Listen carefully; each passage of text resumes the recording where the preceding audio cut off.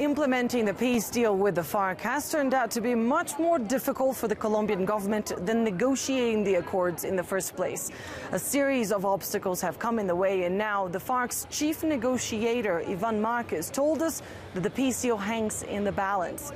The May 29 deadline for the delivery of the weapons will most likely not be met. And that's because the FARC say they want reassurances. They wanted to know that everything that was agreed to last year in Havana will actually be implemented. They want security, they want amnesty, and they want economic and social programs to reintegrate former fighters into society.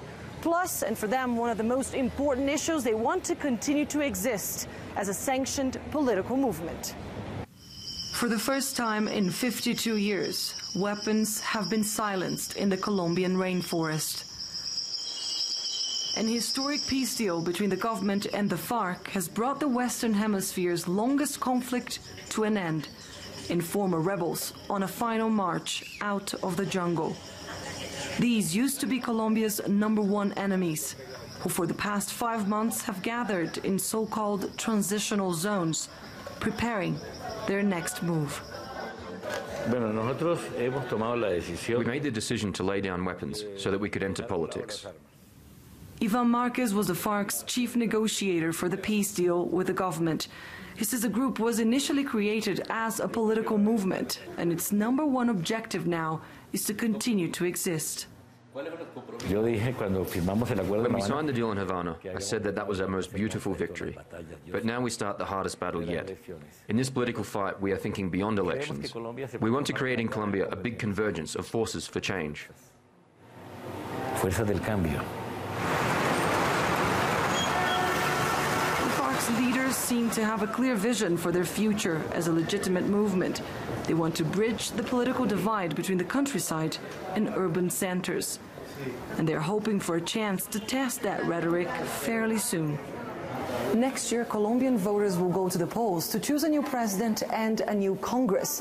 For the first time, the FARC will be allowed to participate in the electoral process. The peace deal guarantees them 5 seats here in the Senate and 5 seats in the lower house. However, some people here in Colombia are ready to do everything in their power to make this political transition as difficult as possible. Iván Duque is a candidate in the race for Colombia's presidency.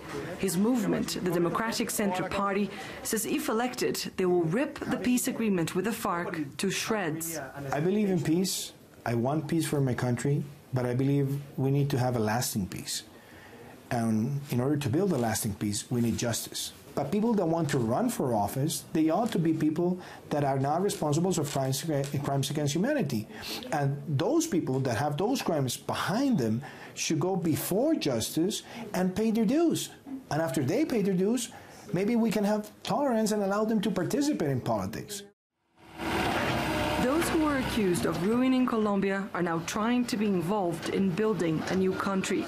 However, this time the FARC will be entering a very different battlefield, where they already have many enemies. This week, those who oppose the deal with the FARC have won another battle. Colombia's Constitutional Court upheld a motion filed by Senator Iván Duque, which reverts a crucial clause that would see Congress vote on a peace deal as a package. Now, in theory, Congress could vote on each one of the points of the agreement individually, and that, of course, could change the whole peace deal and bring the process to a halt.